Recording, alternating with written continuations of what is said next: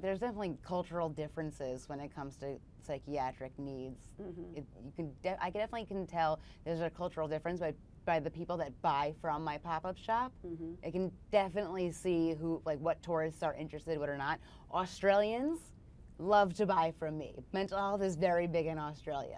That's what I definitely know for sure. So you know Australians you can go are totally hang out there for a while right. and bring all your Australians are stuff. big fans of mental health. Oh, that's good. That's They love it. But like some of Asian countries, they don't understand. They're like hush hush hush hush hush. They don't seem to talk about it at all.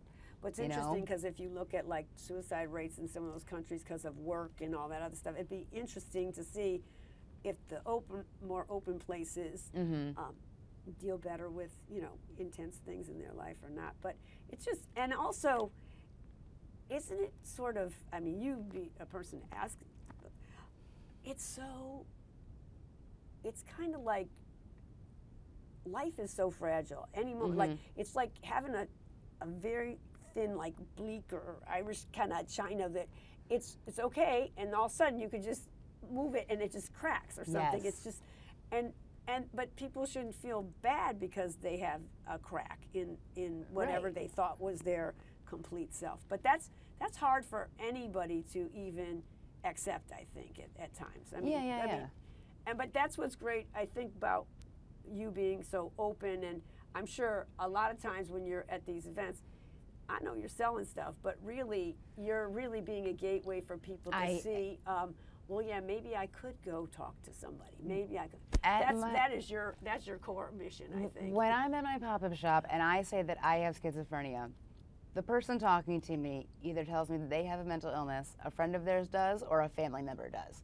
And I have just long conversations with everybody. I'm always talking about mental health to just everyone who's talking to me, and they're sharing a story with me. They're telling me about either themselves or their friend or person, and they're just saying how hard it is and like, how did I get to where I am? And they're asking me questions, and it's like they just want help sometimes, like, because they see me, but they're like, why can't my son act like you're acting? Why won't my son take medication? Why won't that?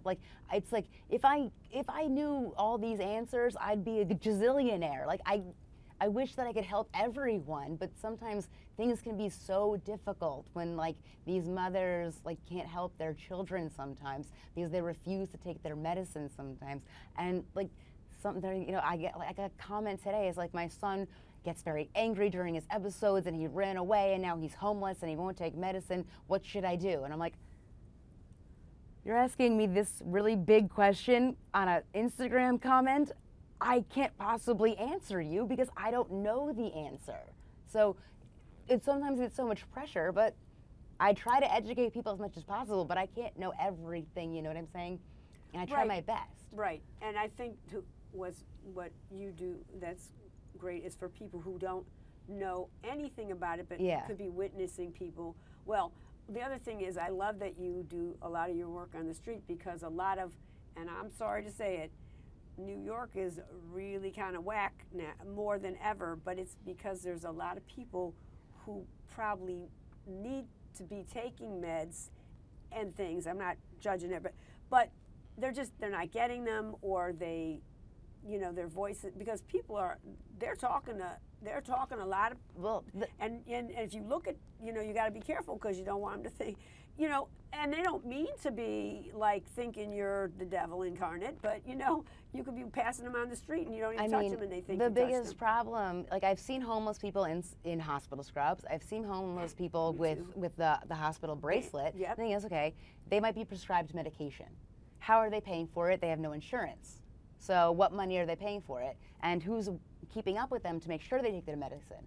Nobody. Right. So how do you fix this problem? Because medicine without insurance is hundreds of dollars. So how is that homeless person paying for that medicine? They can't. And no one's checking up on them to make sure they take it. How do you solve a problem this way? That's not the right way to do it. Right. That's almost like how the mayor made it okay to take people off the street that look like they're having mental problems. Okay, they go to the hospital. They still have no insurance. They're not paying the hospital. So what's the hospital going to do with them? Okay, we'll clear you after what? 3 days, a week maybe? Because they're not paying, so they just push them out of the hospital. Here's a prescription. It's never getting filled. It doesn't solve anything. But what are you going to do? Yeah, but you're trying to change that. The thing is, people need to understand that that's happening for a change to happen. Right. Because when you give a homeless person a prescription with no insurance, it's never going to get filled.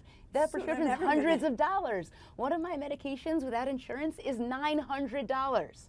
With insurance, it's $2. It would be absurd. It is laughable to give a homeless person a prescription if they have no